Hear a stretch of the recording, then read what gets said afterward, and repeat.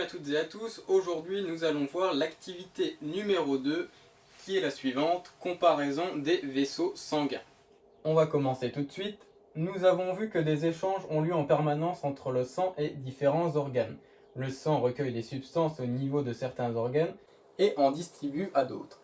Alors, première question qui nous est posée, quels sont les échanges qui sont réalisés au niveau des alvéoles pulmonaires ? Au niveau des alvéoles pulmonaires, nous l'avions vu dans le module sur la respiration, les échanges qui vont être réalisés sont des échanges de gaz entre le dioxyde de carbone et le dioxygène. Alors, première réponse, au niveau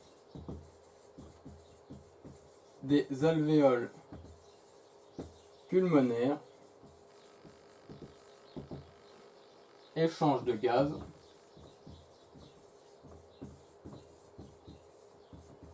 dioxygène et dioxyde de carbone, CO2. Quels sont les échanges avec le sang maintenant au niveau des villosités intestinales? Donc ça c'est le module numéro 5 sur la nutrition, nous l'avions vu. Ce sont l'absorption des nutriments au niveau des villosités intestinales. Vous pouvez donc le noter ici. Au niveau des villosités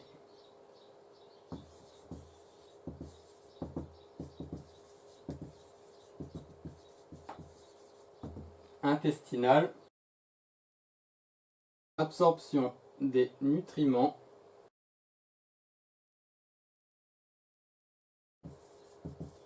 et de l'eau.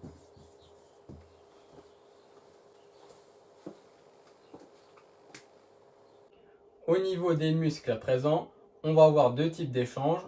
Échange de gaz, donc dioxygène et dioxyde de carbone, et également des échanges de nutriments qui vont être livrés à ces organes pour qu'ils puissent fonctionner.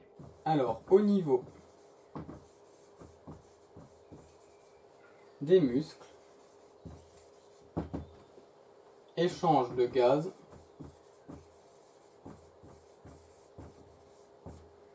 dioxygène et dioxyde de carbone, CO2, et de nutriments.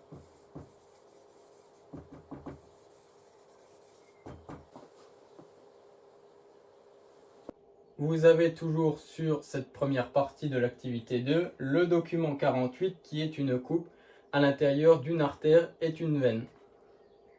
Donc l'artère et la veine, ce sont deux types de vaisseaux sanguins, nous allons voir leur différence juste après, mais déjà avec cette photographie, on voit très bien qu'une artère est beaucoup plus grosse qu'une veine. Question suivante qui nous est posée, comment le sang circule-t-il dans l'organisme pour assurer tous ces échanges? Alors pour cela, vous avez un premier document qui est le schéma de la circulation du sang au niveau d'un de vos doigts. Le sang a donc deux couleurs différentes, une couleur rouge et une couleur bleue. Ce sont des conventions que l'on utilise. La couleur bleue indique qu'un sang est chargé plus en dioxyde de carbone qu'en dioxygène. A l'inverse, un sang représenté en rouge contient plus de dioxygène que de dioxyde de carbone. Donc le sang qui arrive au cœur pour aller au bout de votre doigt est chargé en oxygène. Et cela va être échangé au niveau de petits capillaires pour alimenter le bout de votre doigt. Ensuite, un sang appauvri en dioxygène va repartir du bout de votre doigt pour être livré de nouveau au cœur et être échangé. Document suivant, les différents vaisseaux sanguins. Alors on va lire ce document ensemble. Les vaisseaux sanguins se distinguent par leur structure, leur dimension et leur fonction. Les artères, vaisseaux sanguins les plus larges, éloignent le sang du cœur. Leurs épaisses parois peuvent se contracter et sont élastiques. Les veines, plus petites que les artères, ramènent le sang au cœur. Leurs parois minces et flasques peuvent se distendre et sont souvent munies de valvules empêchant le reflux sanguin. Les capillaires, semblables aux cheveux, relient les artères aux veines, au milieu des organes ou d'un muscle. C'est au niveau des capillaires sanguins qu'ont lieu les échanges sanguins. Après avoir analysé donc ces deux premiers documents, on va pouvoir compléter le tableau de la question 1 qui nous demande une comparaison donc, entre ces différents vaisseaux sanguins suivant plusieurs critères. C'est ce que nous allons voir tout de suite. On arrive donc à compléter le tableau de cette question 1 qui est repris ici. Alors, Commençons tout de suite par les artères. Le sens de circulation du sang dans les artères, on vient de le voir à l'instant, c'est du cœur vers les organes. Le rôle des artères, c'est amène le sang du cœur aux organes. Caractéristiques de leurs parois, ce sont des parois épaisses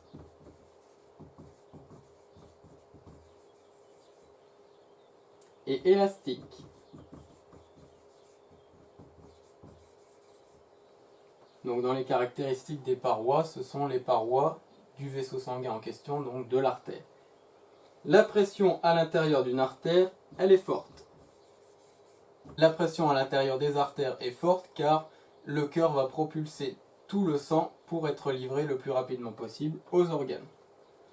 La vitesse de circulation à l'intérieur des artères est rapide. Et il n'y a pas de particularité ici. Après avoir complété donc la première partie du tableau sur les artères, parlons maintenant des veines. Donc leur sens de circulation, ce sont des organes vers le cœur. Le rôle principal des veines est donc ramener le sang des organes vers le cœur. Caractéristiques des parois, ce sont des parois minces,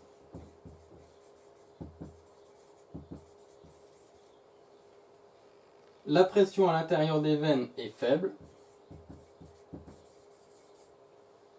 la vitesse de circulation à l'intérieur est lente, et l'une des particularités des veines, c'est qu'une fois qu'une veine est plus petite, on va l'appeler une valvule,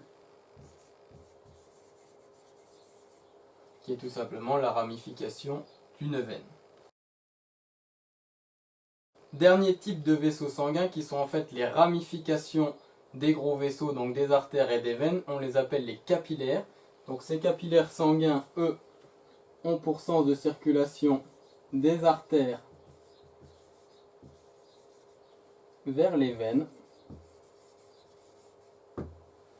Leur principal rôle, ce sont une zone d'échange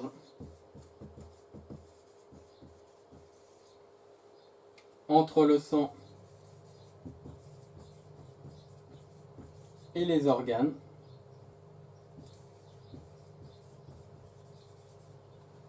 Leurs caractéristiques au niveau de leurs parois, ce sont évidemment des parois très fines.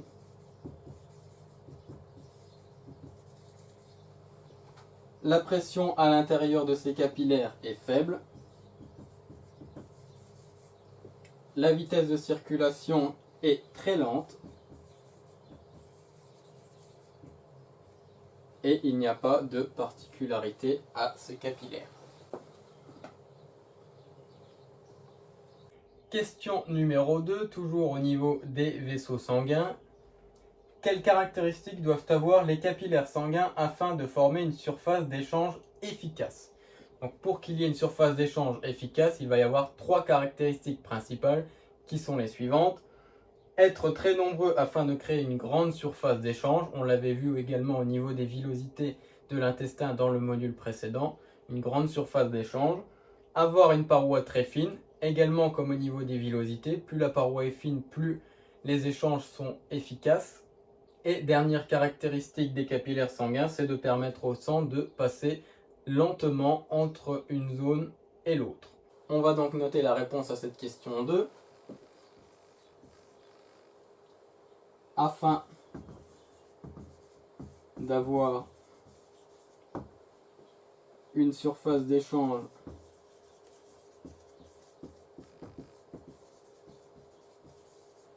efficace, les capillaires sanguins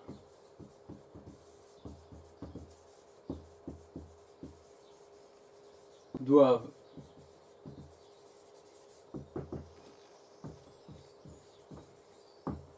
avoir une paroi très fine.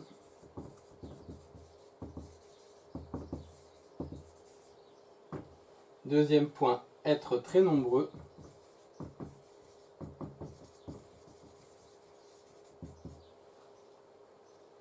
Et permettre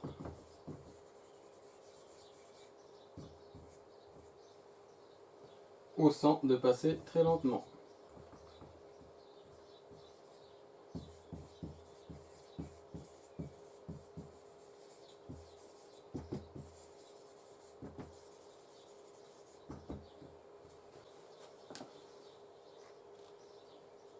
Après avoir répondu à cette question numéro 2, on arrive à la synthèse partielle qui va résumer tout ce que l'on vient de dire jusqu'à présent dans cette activité 2. Le sang circule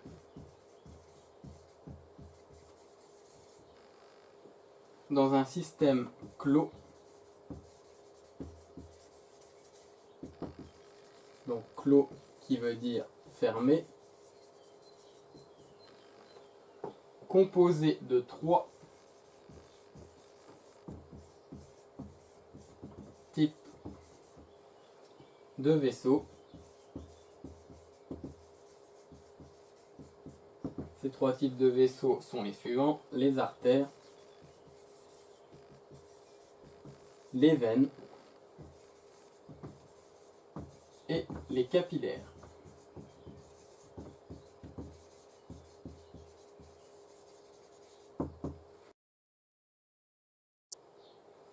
On va renoter le rôle principal de ces 3 vaisseaux sanguins. Donc artère, amener le sang du cœur vers les organes. Veine, amener le sang des organes vers le cœur.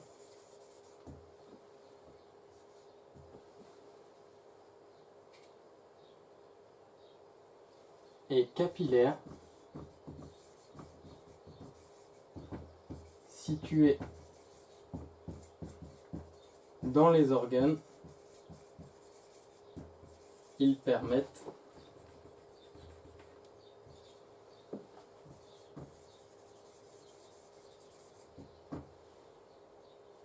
la continuité de la circulation sanguine.